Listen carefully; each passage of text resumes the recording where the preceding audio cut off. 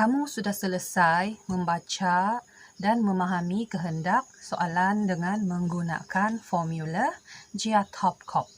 Selanjutnya adalah langkah merangka jawapan kamu. Tengok slide ni. Ini adalah satu formula untuk mengarang email dalam part 1. Kalau tadi Jia Top Cop itu adalah formula untuk membaca, untuk menolong kamu memahami kehendak soalan. Ini pula adalah formula untuk mengarang email, ya. Kalau yang minat sama formula tu, dia suka lah ni. Kalau tidak pun bukan susah sebab ada juga cara yang biasa sebenarnya, ya. Tapi mari kita tengok boleh ataupun tidak kamu gunakan formula GR ISO 23 EC ini untuk merangka karangan email. Kamu mau panggil GR ISO 23 EC boleh, kamu mau panggil dia GR 123 EC pun boleh, kamu mau panggil GR 123 EC pun boleh, terpulang sama kamu. Okay. So, yang pertama, menurut formula GR 123 EC ini, sebagai bahagian introduction in your email, first of all, you have to greet. Okay, apa ni greet? Ya, G dia stands for greet. Apa itu greet? Kau tahu ni? Kalau di sekolah pun kau jumpa guru, kau selalu buat hi teacher, kau bilang hello teacher, kau bilang okay, itulah tu. So, untuk dalam jawapan email kamu, okay, yang pertama sekali, ya, sebagai bahagian daripada introduction, kau mesti greet, ya. Dan kerana si Amy itu adalah audience kamu, seorang kawan, mestilah kau greet dengan cara tidak formal.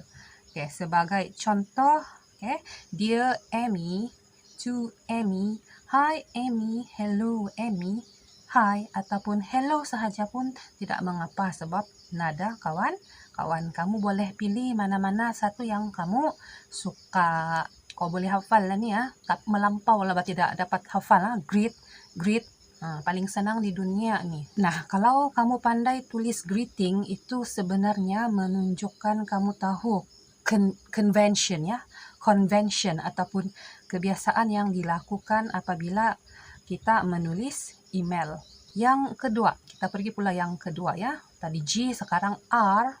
R ini stands for what? R ini adalah respond, ya. Menurut formula ini, kamu perlu respon kepada si Amy punya message. Respon ini juga sama seperti greet, okay, adalah sebahagian daripada introduction. Okay. Memanglah kamu perlu respon si Amy pasal itu 3 soalan daripada dia yang meminta cadangan kepada kamu, kan. Tapi sekarang ini respons yang dimaksudkan oleh formula ini adalah untuk respon berbahasa basi kepada si Amy. Apa itu respon berbahasa basi? Respon berbahasa basi ni maksud teacher, kamu cakap terima kasih kepada kawan sebab dia kirimkan email kepada kamu. Ya, pensi kau tak gaya. Ingat juga kau kepada saya, kan? Contoh, ya, dalam bahasa Melayu ataupun bahasa kita. Kau bagi contoh lain lagi, ya, tambahan contoh. Kau bagi sedikit berita terkini pasal diri kau. Saya okey juga ni di sini. Kau bertanya pasal keadaan diri dia. Contoh dia, kau okey juga kan ni, lama tidak dengar cerita ging, dan sebagainya lah. Okay. Dan ini pula contoh-contoh, okay, ayat dalam bahasa Inggeris yang kau boleh gunakan sebagai respon untuk si pengirim email, ya. Dalam soalan yang kita tengah bincang ni, si Amy lah, kan. Okay, kau pilihlah salah satunya. Itu ada how are you, how is it going, I hope you and your family are well. I received your email yesterday. Thanks for your email. Thanks for writing to me. I'm glad to hear from you. Dan juga sangat bagus kalau kamu bagi sedikit respon, okay, kepada topik yang dikemukakan oleh Amy, iaitu cadangan dia untuk kamu pergi berkelah. Okay, cadangan dia untuk kamu pergi go for a picnic. Teacher mahu tekankan satu perkara mengenai email. Setakat ini, ya, sebenarnya dalam semua latihan-latihan part 1 email yang teacher bagi kamu, semua sebenarnya Sama macam si Amy ya, semua kawan kamu dalam tu soalan yang teacher sudah bagi kamu, semua memberikan cadangan. Ada satu tu yang si Abdul tu, dia memberikan cadangan, jom kita buat projek sains hari Jumaat ni. Yang satu tu lagi, ada yang memberikan cadangan, macam mana kalau kita bermain permainan berbentuk sukan? So, sangat bagus ya kalau kamu tahu contoh respons kepada cadangan kawan. Ini contohnya. I agree with your suggestion. Saya setuju dengan kau punya cadangan. Your idea sounds great. Idea kau tu baguslah. I love your suggestion. Saya suka kan kau punya cadangan. Jadi ini kau boleh hafal, kau boleh letak selepas kau punya greeting, selepas kau greet, sebagai sebahagian daripada respon. 1, 2, 3 ini pula, 1, 2, 3, esok 2, 3 ini pula adalah jawapan kamu untuk soalan yang si Amy bagi. Apa itu 3 soalan yang si Amy bagi kamu? 3 soalan itu adalah 3 kontens yang kita sudah kenal pasti semasa bincang Jia Topkop. Kesimpulannya, kontens dalam formula ini adalah merujuk kepada kontens pada Jia Topkop. Cadangan yang perlu kamu berikan kepada si Amy. Sebab kan dia minta cadangan kan daripada kamu. 3 cadangan tu dia minta. Jadi kamu pun kena bagi dia sebanyak 3 cadangan. Yang mana juga merupakan contents ya. 1, 2, 3. Supaya kamu lebih faham ya apa yang teacher maksudkan dengan add detail ini untuk setiap konten. Apa yang dimaksudkan dengan menambah maklumat untuk setiap konten ya. Ini maksudnya tambahkan huraian Ben ya. Elaboration, huraian. Dalam BM pun ada juga Ben. Dalam subjek BM pun ada juga. Tapi teacher lebih suka berbanding menggunakan perkataan elaboration, teacher lebih suka menggunakan perkataan add detail. Sama juga itu sama juga detail. Elaboration. Sama saja huraian ya, huraian. Same things. Okay, dan sekarang E, EC. E is ending, ending. Ayat penutup. Kan kita ada introduction. So, bila ada introduction, mesti ada ending. Ayat penutup. Ada permulaan, mesti ada pengakhiran. Now, look at this. Ini adalah contoh-contoh ayat informal untuk ending pada email. That's all for now. Keep in touch. Write soon.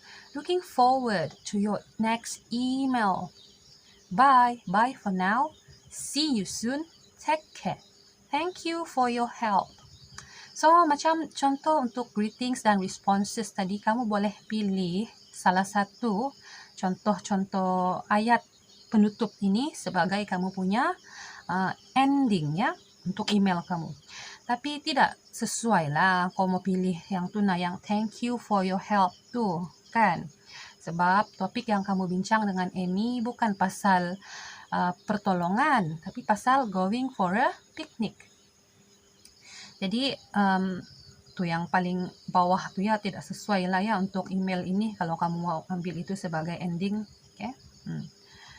Dan C pula dalam formula GR 1, 2, 3, GR esok 2 tolu isi ini, yang terakhir lah ya, C, adalah reminders, peringatan, reminders, peringatan. Dia ingatkan kamu, formula ni ingatkan kamu jangan lupa, don't forget to use cohesive devices. Sebagai contoh paling senang, kau mau guna cohesive devices dalam kau punya email, kau mau pastikan ada cohesive devices dalam email kau, gunalah conjunctions. Cohesive devices ni apa sebenarnya? Cohesive devices ini adalah sekumpulan perkataan, yang digunakan untuk karangan bagi memastikan ya kamu punya karangan itu berkesinambungan tidak putus-putus. Okay? Ini nanti kita bincang dengan lebih lanjut lah di kelas yang akan datang ya. Alright, dan contoh conjunctions ataupun cohesive devices yang kamu boleh guna. Okay. Cohesive devices ni ada banyak. Conjunctions ni salah satu lah ya. Ada banyak sebenarnya. Dia topik yang sebenarnya luas ya. Okay, tapi tidak apa ya. Okay, kita sambung. Ini penggunaannya, okay, penggunaan conjunctions ini dalam email kamu tidak payah pun banyak-banyak ya. Kalau kamu boleh belajar semua, okay, kalau kamu boleh belajar cara guna semua ini, okay, yang dalam nota ini, sebenarnya mencukupi untuk kamu boleh menulis part 1, iaitu email, without any problem. So, selesai perkongsian teacher mengenai formula GR123EC. Okay. So, boleh ataupun tidak kamu rasa-rasa ni menggunakan ya formula ini untuk merangka karangan. Don't worry. Later you do practice. Practice makes perfect. So, sekarang ini kita beralih pula kepada ini, template. Template mengarang email berdasarkan formula GR123EC yang kamu boleh guna untuk mengarang email di dalam part 1. Okay. Alright, boleh nampak? Inilah contoh template. Ini sekarang template kosong. Sekejap lagi kita teacher berikan kamu, okay, teacher tunjukkan kamu template yang ada isi.